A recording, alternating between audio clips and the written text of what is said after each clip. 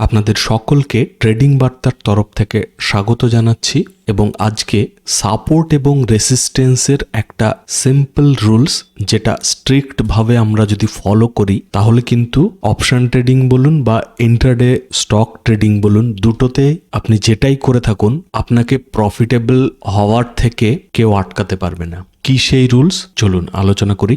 প্রথমে আমরা সংক্ষেপে একটু সাপোর্ট রেসিস্টেন্স সম্পর্কে জেনে নেব। সাপোর্ট বলতে যে প্রাইসটা থেকে বারবার বাইং স্টার্ট হবে বা যেটা ডিমান্ড জোন বা যে প্রাইসটা বায়ারকে খুব বেশি অ্যাট্রাক্ট করবে, যেমন এটা একটা সাপোর্ট জোন। যখনই প্রাইস এখানে এসেছে এখান থেকে কিন্তু বারবার আপ মুভ শুরু হয়েছে, ঠিক আছে। আর আজকে তো দারুণ মুভ দিয়েছে এখান থেকে। তো এরকম যে প্রাইসটা থেকে মার্কেট বারবার আপ মুভ স্টার্ট করবে বা যেটা ডিমান্ড জোন বা যে প্রাইসটা বায়ারকে প্রচন্ড পরিমাণে অ্যাট্রাক্ট করবে, ঠিক আছে। তো সেটা হচ্ছে আমাদের সাপোর্ট।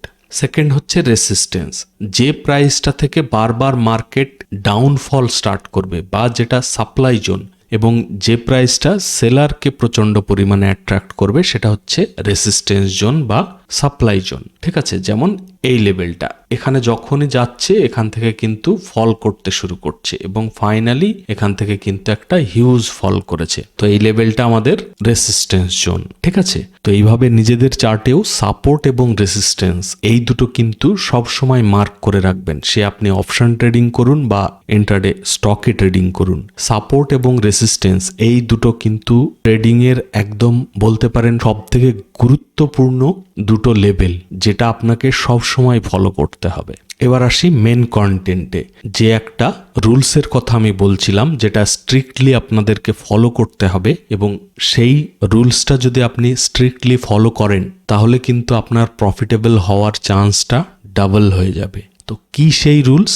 সবার প্রথমে আপনাকে মাথায় রাখতে হবে রেসিস্টেন্সে আপনি কখনো বাই করবেন না।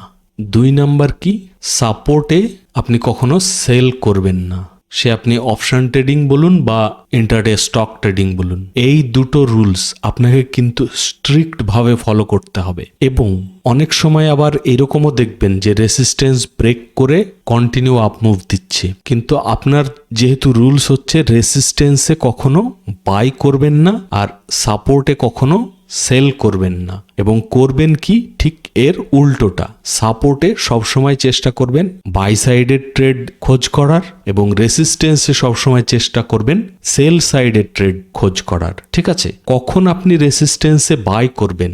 যখন রেসিস্টেন্স লেভেলের উপরে মিনিমাম 15 মিনিটের একটা ক্যান্ডেল ক্লোজ করবে এবং খুব ভালো বুলিশ ক্যান্ডেল তৈরি হবে, প্রাইস অ্যাকশন আপনার বুলিশ দেখাবে, সমস্ত কিছু যখন আপনার বুলিশ সাইডের ট্রেডের জন্য ইঙ্গিত করবে তখন আপনি ভাবতে পারেন রেসিস্টেন্সে বাই করার। সেম ভাবে সাপোর্ট যখন ব্রেক করে নিচে মিনিমাম 15 মিনিটের ক্যান্ডেল ক্লোজ করবে এবং খুব ভালো একটা বিয়ারিশ ক্যান্ডেল তৈরি হবে বা সেলিং সাইডের জন্য প্রাইস অ্যাকশন বলুন ওয়াই ডেটা বলুন সমস্ত কিছু যখন ইন্ডিকেট করবে যে সেলিং সাইডের ট্রেডের জন্য, তখন আপনি ট্রাই করতে পারেন এবং স্টপ লস দেবেন সেই সাপোর্টের উপরে ক্যান্ডেল ক্লোজিং বেসিসে। সেম ভাবে এখানেও যখন রেসিস্টেন্সে আপনি উপরে ক্যান্ডেল ক্লোজিং বেসিসে বাই করবেন তখন রেসিস্টেন্সের নিচে আপনি স্টপ লস দেবেন ক্যান্ডেল ক্লোজিং বেসিসে। কিন্তু এই রেসিস্টেন্সের উপরে বাই বা সাপোর্টের নিচে সেল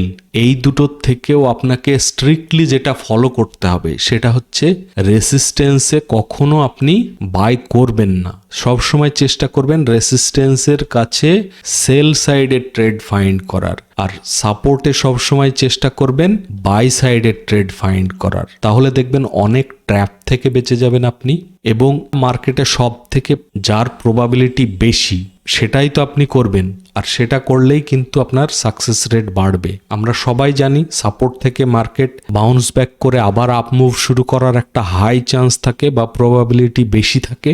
সেই রকম রেসিস্টেন্সের লেভেল থেকেও কিন্তু আবার ডাউনফল শুরু হওয়ার সব থেকে বেশি হাই চান্স থাকে বা প্রবাবিলিটি বেশি থাকে। তাহলে যেটার প্রবাবিলিটি বেশি সেটাই আমরা করব। তো চেষ্টা করব আমরা বা মেন্টালিটি এইরকম রাখবো, রেসিস্টেন্সের কাছে গেলেই সবসময় চেষ্টা করব যে সেল সাইডের ট্রেড ফাইন্ড করার। বাট এমন নয় যে রেসিস্টেন্সের কাছে গেল আর সঙ্গে সঙ্গে আমি সেল সাইডে ট্রেডে এন্ট্রি করে নিলাম, সেটা নয়। সেখানে আপনাকে হয় রিজেকশন ক্যান্ডেল দেখতে হবে বা প্রাইস অ্যাকশন দেখতে হবে, যে কোনো প্রিভিয়াস সুইং ব্রেক করে নিচে ক্লোজ করেছে কিনা।